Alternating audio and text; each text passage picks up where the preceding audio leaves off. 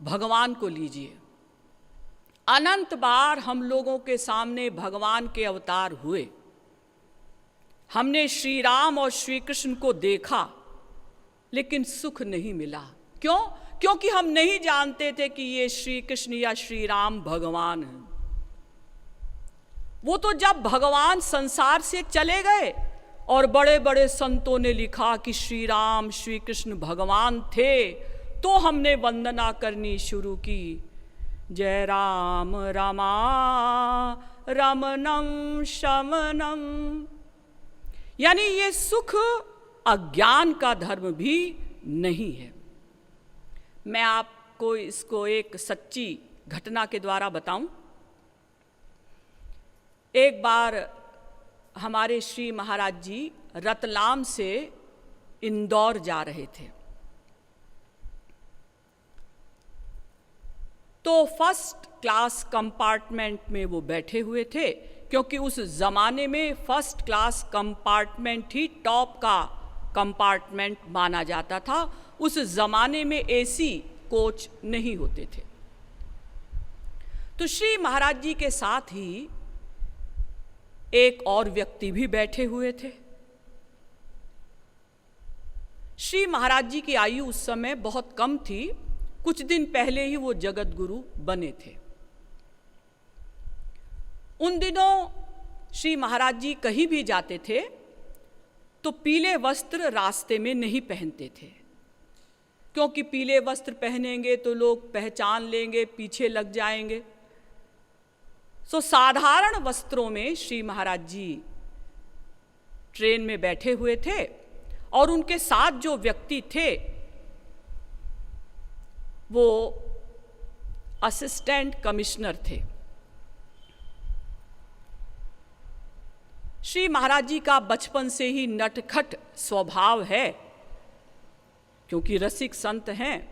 तो श्री महाराज जी ने उन व्यक्ति से पूछा, असिस्टेंट कलेक्टर से, कि भाई एक बात बताइए, आपकी क्या ईश्वर पथ में रुचि है? उन्होंने कहा, हाँ मेरी तो बहुत रुचि है। आप संतों के प्रवचन सुनते हैं? हाँ, जितने भी संतों के प्रवचन होते हैं हमारे नगर में आसपास, मैं सबके प्रवचन सुनता हूँ। तो आपने अभी तक जितने भी संतों के प्रवचन सुने, आपको सबसे अच्छा प्रवचन किस संत का लगा? उस असिस्टेंट कलेक्टर ने कहा कि भाई मुझे तो एक जगत गुरु श्री कृपालु जी महाराज हैं, उनका प्रवचन सबसे अच्छा लगा। आज तक वैसा प्रवचन मैंने कभी नहीं सुना और मैं तो उनके दर्शनों के लिए तरस रहा हूं, कब मुझे उनका दर्शन होगा। देखिए, वो नहीं पहचान रहे हैं कि यही श्री महाराज जी हैं, यही जगत गुरु श्री कृपालु जी महाराज हैं। यानी वो उस विषय में अज्ञानी हैं, इसलिए उनको श्री महाराज जी से सुख नहीं मिला, क्योंकि वो नहीं जानते कि जिनके दर्शनों के लिए वो तरस रहे हैं वो सामने बैठे हैं।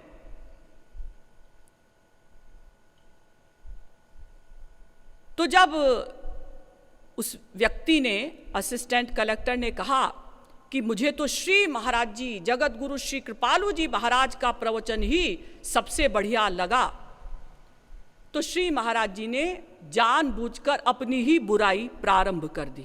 अरे तुम भी कहाँ कृपालु जी महाराज के चक्कर में पड़े हो? अरे वो तो ऐसे हैं, उनमें ये गड़बड़ी है, ये गड़बड़ी है। तो उनको बड़ा बुरा लगा कि जिनको मैं इतना प्यार करता हूँ, जिनके प्रति मैं इतनी श्रद्धा रखता हूँ, ये तो उनकी बुराई कर रहे हैं। तो उन्होंने मन में सोचा कि ये अभी अभी हो सकता है कि यूनिवर्सिटी से पढ़कर निकले होंगे। आजकल के पढ़े लिखे बच्चे ऐसे ही होते हैं, अपने आप को बहुत समझते हैं और संतों के विषय में उन्हें कोई जानकारी तो होती नहीं। तो जब श्री महाराज जी बुराई करते रहे तो जितना भी तत्व ज्ञान उन्होंने श्री महाराज जी के प्रवचनों के माध्यम से सुना था, श्री महाराज जी को बहुत समझाने की कोशिश की लेकिन श्री महाराज जी तो बुराई करते ही रहे, अपनी ही बुराई कर रहे थे। अंत में उनको बहुत गुस्सा आया और उन्होंने कहा, चुप रहो, तुम कुछ नहीं समझते हो। आजकल के बच्चे कुछ समझते हैं नहीं, खाली संतों की बुराई करने लगते हैं। तो श्री महाराज जी चुप हो गए और वो जो असिस्टेंट कलेक्टर थे वो भी दूसरी ओर मुंह करके बैठ गए कि जिनके प्रति मैं इतनी श्रद्धा रखता हूं और ये लगातार उनकी बुराई कर रहे हैं। अब थोड़ी देर में स्टेशन आ गया।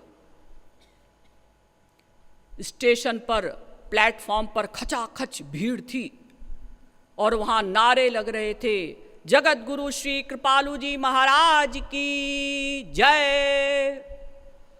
अब वो व्यक्ति हक्का बक्का, जगत गुरु श्री कृपालु जी महाराज यहां आए हुए हैं क्या? इसी ट्रेन से आए होंगे, क्योंकि इस समय तो यही ट्रेन यहां आती है, लेकिन वो कहाँ होंगे?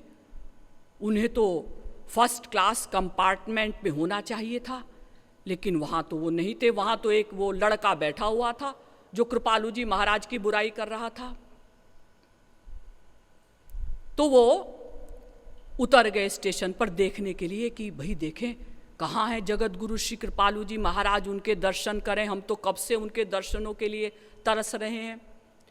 तो स्टेशन आने से थोड़ी देर पहले श्री महाराज जी टॉयलेट चले गए कपड़े चेंज करने के लिए, पीले कपड़े पहनने के लिए। पीले कपड़े पहने, तिलक विलक लगाया और जब स्टेशन आया तो अपना दरवाजे के पास खड़े हो गए। वो व्यक्ति वहीं खड़ा था, देख रहा था कहाँ है कृपालु जी महाराज, कहाँ है कृपालु जी महाराज। अब वो पहचान तो नहीं रहा था, क्योंकि बहुत दिन पहले उसने प्रवचन सुना था और उस जमाने में लाखों की भीड़ आती थी महाराज जी के प्रवचन में। और फिर उसको ये आइडिया भी नहीं था कि भाई कृपालु जी महाराज मेरे साथ ट्रेन में बैठे होंगे, इसलिए बेचारा वो पहचान तो नहीं रहा था। लेकिन उसने कहा कि जब यहाँ आएंगे तो मुझे दर्शन होंगे। तो श्री महाराज जी दरवाजे के पास आए और असिस्टेंट कलेक्टर की ओर देखकर मुस्कराए। उसने मन में सोचा, है यही है कृपालु जी महाराज, और इनको तो मैंने बड़े जोर से डांट दिया।